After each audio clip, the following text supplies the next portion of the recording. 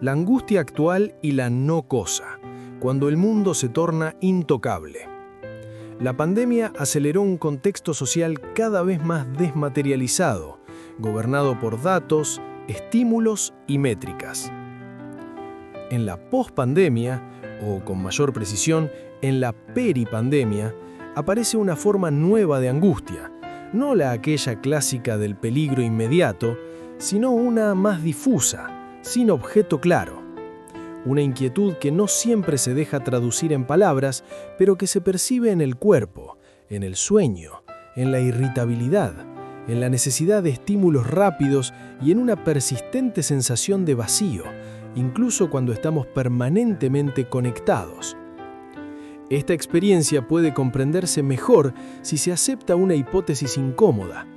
El problema no fue solamente el virus, sino el modo en que el mundo se volvió cada vez más desmaterializado, más reemplazable, más virtual y más intangible. Byung-Chul Han describe este proceso como el pasaje de las cosas a las no cosas. Las cosas duran, resisten, se gastan, tienen peso y presencia, mientras que las no cosas, en cambio, son información, datos, métricas, imágenes y estímulos que se consumen y luego desaparecen. Esa transición, brutalmente acelerada por la pandemia, altera algo central, nuestra relación con la realidad, con el deseo y con los otros. Las no cosas no ofrecen resistencia, no se dejan habitar, no permiten arraigo. Y cuando el mundo pierde resistencia, la experiencia subjetiva se torna más frágil. La pandemia funcionó, en este sentido, como un laboratorio masivo. De un día para el otro, la vida cotidiana dejó de apoyarse en objetos y rituales materiales: el aula, el consultorio, el viaje, el encuentro, la calle, el café compartido y, de manera particularmente significativa, el contacto. Todo migró hacia la pantalla, hacia el aislamiento social y corporal con mediación tecnológica. Lo que en un primer momento se presentó como una solución práctica tuvo un costo invisible. La vida comenzó a organizarse alrededor de un régimen de estímulos breves, recompensantes y ansiógenos. La subjetividad se reordenó alrededor de la disponibilidad permanente, del rendimiento y de la captura de la atención. Indicadores, métricas y resultados. La pandemia no inventó estas dinámicas, pero las amplificó. En un mundo dominado por no cosas, el valor comienza a medirse más por indicadores, métricas y resultados inmediatos que por consecuencias humanas concretas. Por eso, la codicia y el egoísmo no son solamente defectos morales, sino decisiones en tensión con sistemas cerebrales específicos: recompensa, inhibición y empatía. Como señala Harari, en condiciones extremas, pestes, guerras y hambruras, emerge con mayor claridad la estructura de base de cada sujeto: cuánto puede inhibir lo instintivo y cuánto puede sostener lo comunitario. Durante la pandemia se observaron conductas solidarias genuinas, pero también corrupción, oportunismo, abuso de poder e indiferencia. En esos momentos, la ética deja de ser discurso y se vuelve acto. La no cosa introduce además un elemento. En la era digital, la ética se vuelve más fácil de simular y más difícil de encarnar. Las redes sociales exhiben indignación rápida, empatía performática y gestos de pertenencia inmediatos.